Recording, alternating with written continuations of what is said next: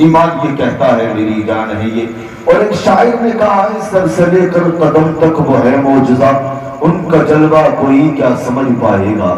سر سے لے کر قدم تک وہ ہے معجزہ، ان کا جلوہ کوئی کیا سمجھ پائے گا۔ اور جن کی قسم خدا کھائے قرآن میں، ان کا رتبہ کوئی کیا سمجھ پائے گا۔ جن کی قسم خدا کھائے قرآن میں، ان کا رتبہ کوئی کیا سمجھ پائے گا۔ برادران ملت اسلامیہ، میں نے آپ کے سامنے قرآن مجید کی آیت مبارکہ کا ایک جزء تلاوت کیا۔ اللہ جل مجدہ فرماتا محبوب آپ کہہ دو قل لا اسألکم علیہ اجرا الا المودۃ فی القربى، محبوب آپ کہہ دو، آپ فرما دو محبوب لا اسألکم علیہ اجرا، میں اس پر تم سے کوئی بھی اجرت طلب نہیں کرتا، میں تم سے کوئی معاوضہ نہیں مانگتا۔ کس بات کا؟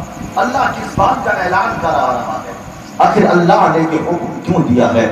سنیں وہ لوگ جو راتوں کو جاگ کر کے محرم کی راتوں میں فضول خرچی میں اور فضول باتوں میں رات گزار کر کے یہ سمجھتے ہیں کہ ہم نے اللہ اور اس کے رسول کی محبت میں راز گزاری ہے، ہم نے رسول اور ان کی اہل بیت کی محبت میں رات گزاری ہے۔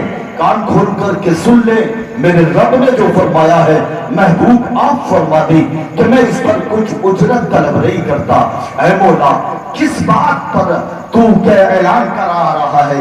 کون سی بات کا اعلان کرا رہا ہے؟ تو اللہ تبارک و تعالی نے قرآن پاک میں متعدد جگہ پر فرمایا میرے محبوب کو میں نے جو شریعت لے کر کے بھیجی، میرے محبوب کو میں نے جو دین لے کر کے بھیجا ہے، میں نے اپنے حبیب کو جو قانون لے کر کے بھیجا ہے، میں نے اپنے محبوب کو جو آئین لے کر کے بھیجا ہے، میں نے اپنے محبوب کو جو ضابطہ دیا ہے، اور وہ ضابطہ دنیا کے کونے کونے تک میرے محبوب نے پہنچایا ہے۔ میرے محبوب نے اس قانون کے ذریعے سے تاریک دلوں کو روشن کیا ہے۔ میرے محبوب نے ان جگہوں میں ایمان کا دیپ جلایا ہے جن زمینوں کو اللہ اکبر کفر کی تاریکی نے گھیر لیا تھا۔ اللہ اکبر، میرا آقا صلی اللہ علیہ وسلم کے دیوانوں، اللہ فرماتا ہے میں نے اپنے محبوب پر قرآن نازل فرمایا، اے میرے صحابہ، محبوب کے صحابہ، اے میرے بندو، میرے محبوب نے تم تک یہ جو قرآن پہنچایا ہے، یہ جو کلام پہنچایا ہے، کبھی تو پتھر کھایا ہے، کبھی راستے کی تکلیفیں برداشت کی ہے، کبھی لوگوں کی گالیاں برداشت کی ہے، کبھی اونٹ کی اوجڑی برداشت کی ہے، لیکن پھر بھی منبر پر چل کر تمہیں میرے محبوب نے اپنا کلام سنایا ہے، میرا کلام تم تک پہنچایا ہے، اس پر تم سے کوئی اجرت طلب نہیں کرتا۔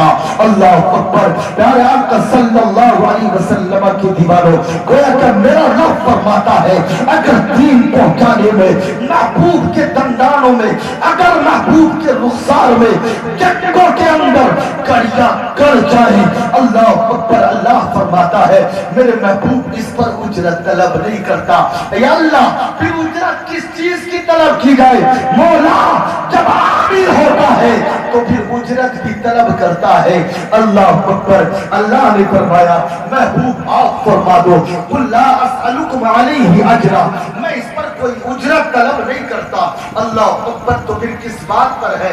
الا المودۃ فی القربى، اللہ نے فرمایا محبوب آپ ان سے کہہ دو کہ میں صرف اپنی اہل بیت کی محبت طلب کرتا ہوں، سبحان اللہ، اہل بیت کی محبت طلب کرتا ہوں۔ محبت جب تک قانون کے دائرے میں رہتی ہے تو محبت رہتی ہے، اور جب قانون سے باہر ہو جاتی ہے تو بدنام کرتی ہے۔ محبت جب تک قانون کے دائرے میں رہتی ہے محبت رہتی ہے، اور قانون سے باہر ہو جاتی ہے تو پھر عداوت ہو جاتی ہے۔ آپ پوچھو گے مولانا کیسے ہو جاتی ہے؟ محبت جب تک قانون کے دائرے میں رہتی ہے، اللہ اکبر، تو پھر اللہ وہ جو محبت قانون کے دائرے میں رہتی ہے تو محبت کہتی ہے پیدا کرنے والا خالق ہے، اللہ اکبر، محبت کہتی ہے کائنات میں سب سے اعلیٰ اللہ نے تیرے نبی کو بنایا ہے، جب کائنات میں تیرے نبی سے اعلیٰ کوئی نہیں ہے تو پھر مانا جائے کہ جب کائنات میں نبی سے اعلیٰ کوئی نہیں ہے تو جس نبی کو اللہ نے بنایا ہے، جس رب نے بنایا ہے، اس رب سے اعلیٰ بھی کوئی نہیں ہے۔ پھر ضابطہ مل جاتا ہے، جو بنانے والا ہے وہ خدا ہے اور جو بننے والا ہے وہ محمد مصطفیٰ ہے۔ اللہ اکبر۔ برادران ملت اسلامیہ، اس کے آگے اگر آپ چلیں، پیارے آقا صلی اللہ علیہ وسلم کے دیوانوں، ہم محبت میں، ہم رسول کی امت ہے، ہم جس امت میں ہے، نہ اللہ نے اس میں افراد کو جائز رکھا ہے اور نہ تفرید کو جائز رکھا ہے، نہ تو اتنا بڑھو کہ محمد عربی کو اللہ کا بیٹا کر دو اور نہ اس قدر درجہ گرو کہ تم ان کو حقیر سمجھ لو۔ اللہ اکبر۔ آج کچھ لوگ امت میں ایسے پیدا ہو گئے ہیں، کچھ لوگوں نے کہا علی جو ہے وہ نبی سے بڑھ کر ہے۔ معاذ اللہ، نبی علی کبھی نبی سے بڑھ کر نہیں ہو سکتے ہیں، اس لیے کہ نبی نبی ہے اور علی ہے، نبی نبی ہے۔ اللہ اکبر۔ نبی ولایت کا تاجدار ہے اور نبی جو ہے وہ نبوت کا تاجدار ہے۔ اللہ اکبر۔ برادران ملت اسلامیہ، اس لیے کہا جاتا ہے کہ نہ افراد کو قبول کیا جاتا ہے نہ تفرید کو قبول کیا جاتا ہے۔ آج جو لوگ راتیں گزارتے ہیں اور کہتے ہیں کہ جناب ہم نے جو ہے اے اہل بیت سے محبت کے نام پر ڈھول میں ڈنکے مارے ہیں، ہم نے جو ہے اہل بیت کے نام پر تاشے بجانے شروع کیے ہیں۔ میرے بھائی، میری تم سے کوئی دشمنی نہیں ہے۔ اللہ اکبر۔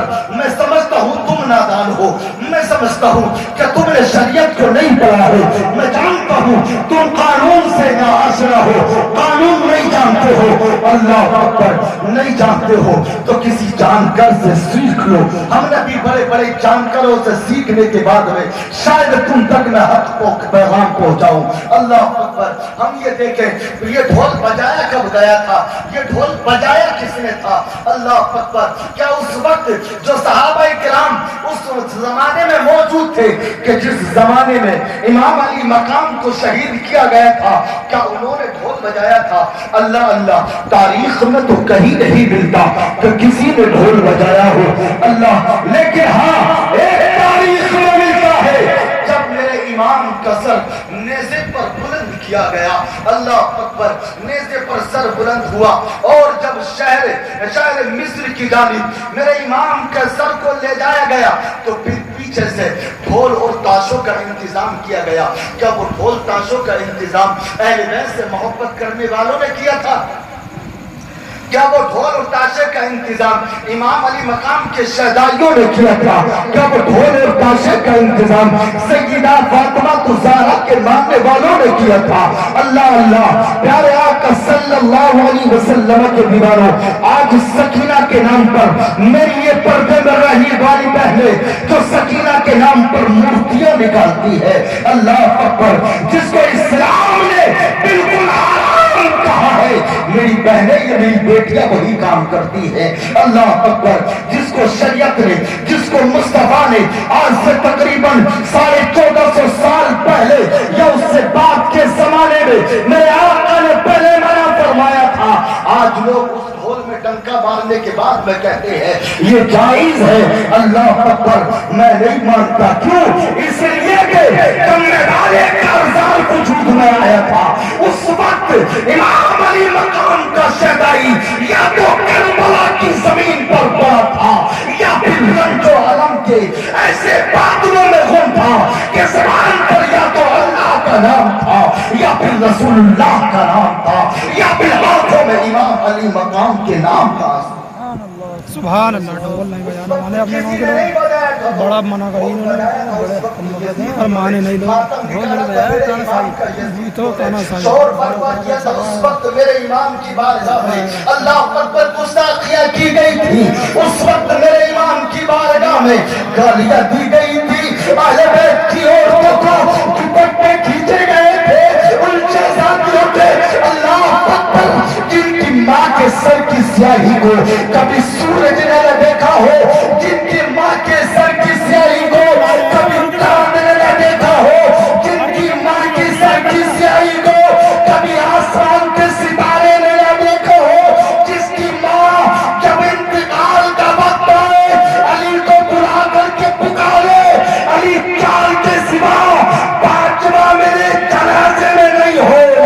چاہیے. اللہ اکبر. ان خاتونوں کو اللہ اکبر ان خاتونوں کے سروں کو ننگا کیا گیا تھا, ان نازک سے چہروں پر تماچے مارے گئے تھے. اللہ اکبر. اور تم کہتے ہو